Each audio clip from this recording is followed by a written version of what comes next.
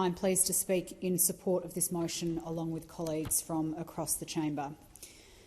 The erosion of democracy, human rights and the rule of law in Hong Kong is of huge concern. And we see that concern playing out today with reports of an Australian citizen and democracy campaigner being sentenced to 7 years in prison by a Hong Kong court. The application by Beijing of the national security law in 2020 has seriously eroded the rights of citizens, protesters and the press in Hong Kong.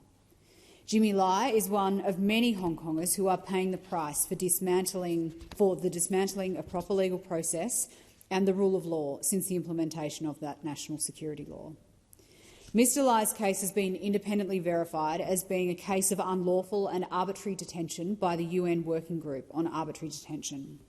He's been detained and held in solitary confinement since December 2020, soon after the implementation of the national security law.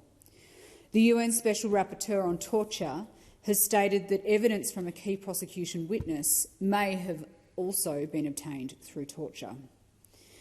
Mr Lai has already been prosecuted and sentenced to lengthy sentences of imprisonment for peaceful participation in pro-democracy protests. We must remember that the people of Hong Kong were promised the protection of democratic rights and freedoms when the handover of Hong Kong from the British to the Chinese government occurred. It is without question that these rights have not been protected, but indeed have been severely undermined by Beijing's actions.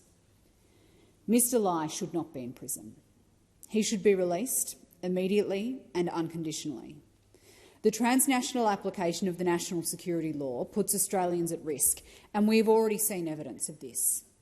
It is unacceptable to us as Australians that our citizens and our residents can be targeted for arrest and conviction under the national security law for exercising their rights to free speech, even here in Australia.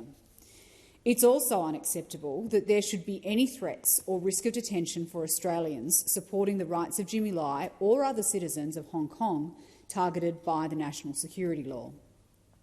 Australia, along with other nations, has an important role to play in speaking up about the treatment of Jimmy Lai and the national security law.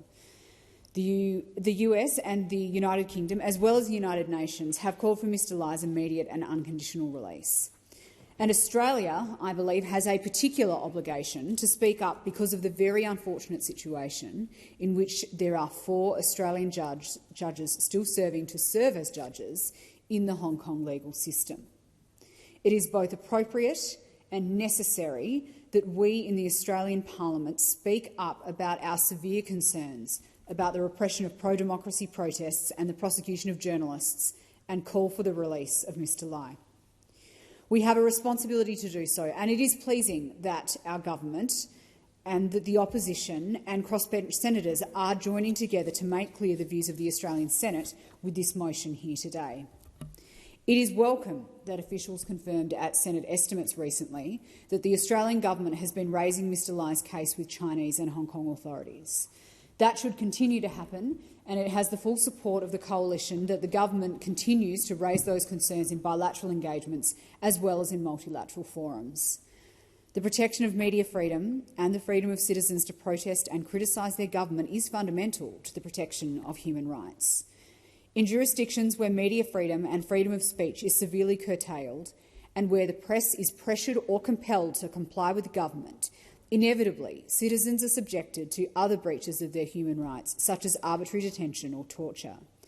And that is exactly what is being reported as happening in Hong Kong, which is why it is so important for Australia, as a responsible democracy, to stand up for press freedom and against arbitrary detention. Thank you to my colleague Senator Sharma and Senator O'Neill for lodging this motion, which I urge all senators to support. And I encourage the government, on behalf of Australia, to continue to strenuously object to the national security law, its application to repress civil rights, and particularly the targeting of Australians as a result of this dangerous law.